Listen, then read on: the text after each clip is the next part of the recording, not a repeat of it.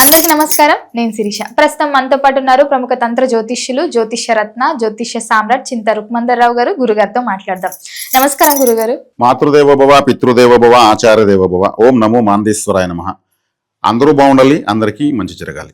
గురుగారు, విశేషంగా ఈ ఫిబ్రవరి మాసంలో కర్కాటక రాశి వారికి ఎలా ఉండబోతుంది అంటారు? ఎలాంటి జాగ్రత్తలు తీసుకోవచ్చు అంటారు? ఈ ఫిబ్రవరి మాసంలో పంచగ్రహ కూటమి ఏర్పడుతుందంట. దీని ప్రభావం ఈ కర్కాటక రాశి వారికి ఎలా ఉండబోతుంది అంటారు? విశేషంగా ఈ మాసంలో శివరాత్రి కూడా ఒక పర్వదినం వస్తుంది. ఓవరాల్ గా చూసుకుంటే ఈ మాసం అంతా వీళ్ళకి ఎలా ఉంటుందంటారు? ఎలాంటి జాగ్రత్తలు తీసుకుంటే ఈ మాసం అంతా అనుకూలంగా ఉంటుందంటారు? కర్కాటక రాశి వాళ్ళకు ఫిబ్రవరి నెల ఎలా ఉందంటే, రాశికి వెనకాల గురువు, రాశికి తర్వాత కేతువు. అంటే కర్కాటక రాశికి తర్వాత రాశిలో కేతువు, వెనుక రాశిలో గురువు. గురువు అంటే జ్ఞానకారకుడు, కేతు అంటే మోక్షకారకుడు. అంటే ఒక దైవికమైన శక్తి మధ్యలో ఇప్పుడు ఈ రాశి ఉంది.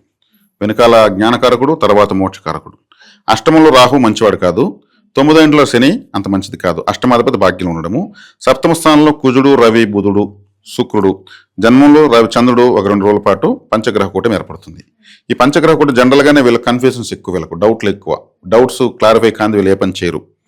అదేవిధంగా వీళ్ళు కంటితో చూస్తే ఏది నమ్మరు. కాబట్టి సున్నితత్వం ఎక్కువ. సంతోషం వచ్చినా ఎక్కువ వచ్చేస్తుంది, బాధ వచ్చినా ఎక్కువ వచ్చేస్తుంది, ఏది లిమిటేషన్గా రాదు. కాబట్టి ఇటువంటి ఈ సున్నితమైన రాశికి పంచగ్రహ కూటమిలో కొంచెం మానసిక గందరగోళానికి గురవుతారు. కుజుడు లగ్నాన్ని చూస్తాడు కాబట్టి కుజుడు టెన్షన్ కారకుడు. కుజుడు యుద్ధగ్రహము. యుద్ధగ్రహం అంటే ఎవరిని గొడవ పిలిచేవాడు అనమాట. కాబట్టి వీళ్ళకు చూస్తాడు కాబట్టి ఎక్కువగా కాస్త ఆవేశానికి లోనేదానికి అవకాశం ఉంటుంది. కోపము, చికాకు వచ్చేదనే అవకాశం ఉంటుంది. రవి లగ్నాన్ని చూడడం, రాశిని చూడడం చాలా మంచిదే. రవి కుజుడు చూడడం మంచిదే. కాస్త ఉద్విగ్నత, కాస్త కోపము, కాస్త భావోద్వేగాలు ఇవన్నీ కూడా ఎక్కువగా ఫీలింగ్స్ వస్తాయి. ఫీలింగ్స్ ఎక్కువ ఉన్న రాశిలో కర్కాటక రాశి. మానసికం, చంద్రుడు ఫీలింగ్, మనసు. కాబట్టి అది ఎక్కువగా మానసిక సైకలాజికల్గా కొంచెం అప్ అండ్ డౌన్స్ ఉంటాయి. ఉన్నా కానీ ఈ 2 గ్రహాలు శుభగ్రహాలే కాబట్టి 2 దైవికమైన గ్రహాలు, దైవబలం గల 2 గ్రహాల మధ్యలో రాస్తుంది. ఇప్పుడు వెనకాల గురువు ఉన్నాడు మోక్ష స్థానంలో, తర్వాత కుటుంబ స్థానంలో కేతు ఉన్నాడు. కేతు కుటుంబ స్థానంలో కొంచెం ఈ లోకులకులు అనేటువంటి ఉంటాయి. ఫైనాన్షియల్గా డబ్బు రాకపోవడము, డబ్బు రావాల్సిన గ్రహం వేయడం అవ్వడము. కానీ వాళ్ళు దైవ ఆరాధన చేసే మాత్రం మంచి స్టాండర్డ్స్ ఇస్తారు. అంటే ఒక రాశికి అటు ఇటు శుభగ్రహాలు ఉంటే శుభార్గలము, అటు ఇటు పాపగ్రహం అంటే పాపార్గలము. మరి ఇప్పుడు శుభగ్రహాలు ఉన్నాయంటే శుభగ్రహాలు ఉన్నాయి. వెనకాల గురువు, ఈ పక్క కేతువు. కేతు మోక్షకారకుడు అంటే దైవార్గలంలో ఉంది. 2 పక్కల దైవబలంతో ఉంది. సప్తమ స్థానంలో 4 గ్రహాలు కలవడం. శుక్రుడు కూడా తొందరగానే మళ్ళీ కుంభంలోకి వెళ్ళిపోతున్నాడు, అష్టమంలోకి వెళ్ళిపోతున్నాడు. శుక్రుడు అష్టమంలోకి వెళ్ళడం మంచిది. ఎందుకంటే వీళ్ళకి బాధకాధిపతి. అంటే చెడ్డవాడు చెడిపోవడం మంచిది. మన చెడ్డవాడికి ఏదైనా చెడ్డ జరిగిందనుకో మనకు మంచిదే కదా. మనకు శత్రువు బలంగా ఉంటేనే మనకి ఇబ్బంది. కాబట్టి అష్టమంలోకి శుక్రుడు వెళ్ళడం వీళ్ళకి మంచిది. కాబట్టి రవి కుజుడు ఉండడం ధైర్యము, స్థైర్యం అంతా వస్తాయి. అదేవిధంగా బుధుడు ఉన్నాడు కాబట్టి కొంచెం ఇంటెలిజెన్స్ పనిచేస్తుంది. ఎందుకంటే డాక్యుమెంట్స్ అనే ప్రాబ్లం ఎక్కువ వచ్చేది కర్కాటక రాశి వాళ్ళకే. స్పెల్లింగ్ మిస్టేక్స్, నేమ్ కరెక్షను, అది మారిపోయింది, ఇది పైన ఉంది కింద ఉంది, డాక్యుమెంట్స్ కరెక్షన్ మొత్తం బుధుడే. అది కేర్ఫుల్గా చూసుకోవాలి. తొందరలో వీళ్ళకు ఇంకా మంచి గ్రహస్థితి స్టార్ట్ అవుతుంది. అప్పటి వరకు కొంచెం ఇప్పుడు శుభాశుభ మిశ్రమంగా యావరేజ్గా ఉంది ఈ మాసం. ఇంకా శివరాత్రి ఉంది కాబట్టి, శివరాత్రి అంటే ఇప్పుడు శివుడికి సోమవారమే విశేషం. ఈ రాశికి అధిపతి చంద్రుడే. చంద్రుడికి విశేషమైనటువంటి వారము సోమవారమే. కాబట్టి ఈ మాసం వీళ్ళు శివరాత్రికి ఉపవాసం ఉండడము, లింగోద్భవ సమయంలో స్వామివారిని దర్శించుకోవడము, శివరాత్రికి ఏదైనా సేవ చేయడము, ఆలయ సేవ చేయడము, ఇవి చేయడం వల్ల ఈ చతుర్థ పంచగ్రహ కూటములు, అష్టమ రాహు ఇవన్నీ కూడా పెద్దగా పనిచేయకుండా శుభ స్థితి స్టార్ట్ అవుతుంది. కాబట్టి ఇక్కడ వీళ్లకు రాహు అష్టమంలో ఉన్నాడు కాబట్టి ఎవరితోనో మోసపోయేదానికి అవకాశం ఉంటుంది. రాహు ఆకస్మిక మోసం చేస్తాడు. అది అష్టమంలో ఉంది కాబట్టి కేర్ఫుల్గా ఉండాలి. ఎవరిని ఏది చెప్పినా వెంటనే నమ్మకూడదు. డౌట్లు ఎక్కువ అని చెప్పాను కదా, ఆ డౌట్లు కొంచెం వీళ్ళు ఉండడం ఈ టైంలో మంచిదే.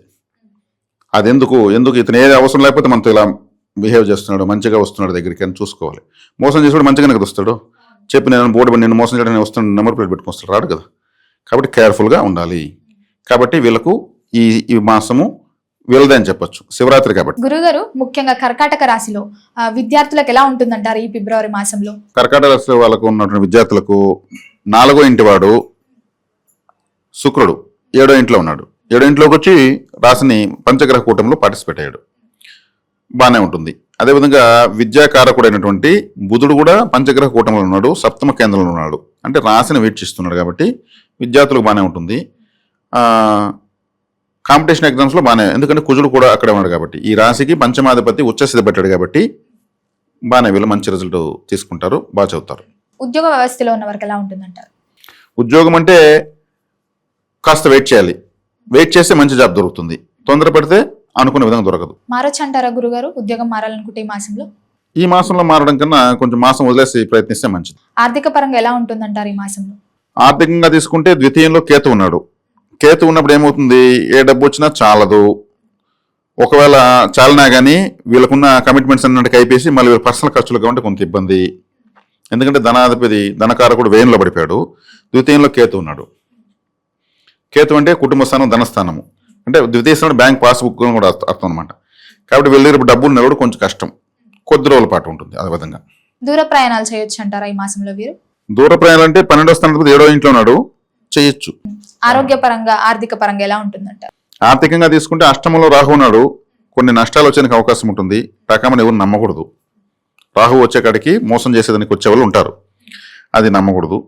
ఇంకా ఆర్థికంగా తీసుకుంటే వచ్చినట్టు సరిపోయేటువంటి పరిస్థితి ఉంటుంది, అది కొద్ది రోజులు నడుస్తుంది. అట్లా కొన్ని చీటీస్ ఉంటాయి, కొన్ని ఇన్స్టాల్మెంట్స్ ఉంటాయి, ఇట్లా కొన్ని పెట్టుకుంటే ఒక 4 నెలల పాటు నాకు ఏ డబ్బు మిగలదు, 4 నెలల తర్వాత నాకు అన్ని కొన్ని క్లోజ్ అయిపోతాయి అనేటువంటి వాతావరణం వీళ్ళకి ఇప్పుడు ఉంటుంది. రాజకీయ రంగంలో ఉన్న వారికి ఎలా ఉంటుందంటారు ఈ మాసంలో? రాజకీయ రంగం బాగానే ఉంది, ఎందుకంటే రవి కుజులు రాశిని చూడడము మంచిది. రాజకీయంగా తొందరలో రాహు అష్టమం నుంచి వదులుతాడు కాబట్టి రాహు కూడా సప్తమంలోకి వస్తాడు కాబట్టి రాజకీయంగా వ్యూహాత్మకంగా పోగలిగేదానికి బలం ఉంటుంది. ప్రేమికులకు ఎలా ఉంటుందంటారు గురుగారి మాసంలో? ప్రేమికులకు తీసుకుంటే వీళ్ళు కొంచెం కేర్ఫుల్గానే ఉండాలి, ఎందుకంటే అమ్మాయిలకైతే ఓకే, అబ్బాయిలకైతే కొంచెం కష్టం. ఎందుకంటే అబ్బాయిలకు కర్కాటక రాశి అంటేనే శుక్రుడు బాధకాధిపతి, భార్య బాధకాధిపతి, భార్య ద్వారా బాధించబడాలనేది కర్కాటక రాశి వాళ్ళ యొక్క భార్యతోనే బాధించబడాలి. కాబట్టి ఈ కర్కాటక రాశి వాళ్ళు ఎప్పుడు పెళ్లి చేసుకున్నా వివాహ ముహూర్తము సూర్యోదయానికి ముందు పెట్టుకోవాలి. భర్తలు మొదటి రాత్రి పాల గ్లాస్ తీసుకోకూడదు, జ్యూస్ తీసుకోవాలి. ఎందుకంటే బాధించబడతారు కాబట్టి అది బ్యాలెన్స్ అవుతుంది. ప్రేమానురాగాలు బాగుండాలి కదా. అది అబ్బాయిలైతే వాళ్ళ తల్లి అక్కడ దాంట్లో ఇటువంటి విషయాల్లో ప్రముఖ పాత్ర వహిస్తారు కాబట్టి చెప్పి దాని సాంప్రదాయాన్ని మార్చాలి, అది చేసుకోవాలి. లేదు కోడలు చెప్పినట్టు కొడుకులు అనుకుంటే సూర్యోదయంతో పెట్టి చేయొచ్చు, ఎట కావచ్చు. అప్పుడు తన భార్య చెప్పినట్టు తను వింటూ ఉంటాడు, డామినేట్ చేస్తుంటే చూస్తూ ఉంటారు, అంతే. విదేశీ యోగం ఉందంటారా గురుగారు? విదేశీ యోగం ఇప్పుడు వద్దండి, ఎందుకంటే రాహువు దానికి కారకుడు, అష్టమంలో ఉన్నాడు, గురువు వ్యయంలో ఉన్నాడు విదేశాల ప్లేస్లో. గురువు అంత దుబారా చేయనీయడు, విదేశాలకు వెళ్తే ఎక్కువగా డబ్బులు ఖర్చు అనేది అర్థం. ఫ్లైట్ ఛార్జెస్, అక్కడ దిగిన తర్వాత అంత ఖర్చులు. ఈ రాహు 7వ ఇంటికి వచ్చినప్పుడు ఆ అవకాశం పెరుగుతుంది. కుటుంబ వాతావరణం ఎలా ఉంటుందంటారు? కుటుంబ వాతావరణము కేతు 2వ ఇంట్లో ఉన్నాడు.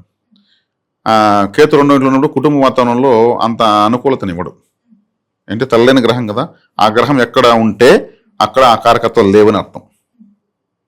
కేతు ఎక్కడ ఉంటే ఆ రాశి సంబంధించి అక్కడ లేదని అర్థం. శని ఎక్కడ ఉంటే అక్కడ ఎఫర్ట్ ఉందని అర్థం. కాబట్టి ఈ కేతు మారాలి.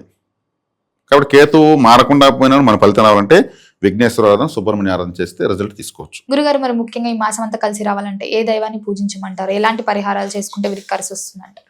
సూర్య నమస్కారాలు చేయొచ్చు, ప్రదోషకాల నంది సేవ చేయొచ్చు. ప్రదోషకాల నంది సేవ అంటే సాయంత్రం దీపాలు పెట్టేటప్పుడు వెళ్ళి నంది సేవ చేయొచ్చు.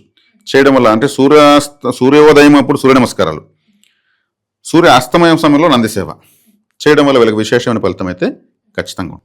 గురుగారు మొత్తం మీద ఫిబ్రవరి మాసంలో కర్కాటక రాశి వారికి ఎలా ఉండబోతుంది, ఎలాంటి జాగ్రత్తలు తీసుకోవాలో తెలియజేసినందుకు ధన్యవాదాలు.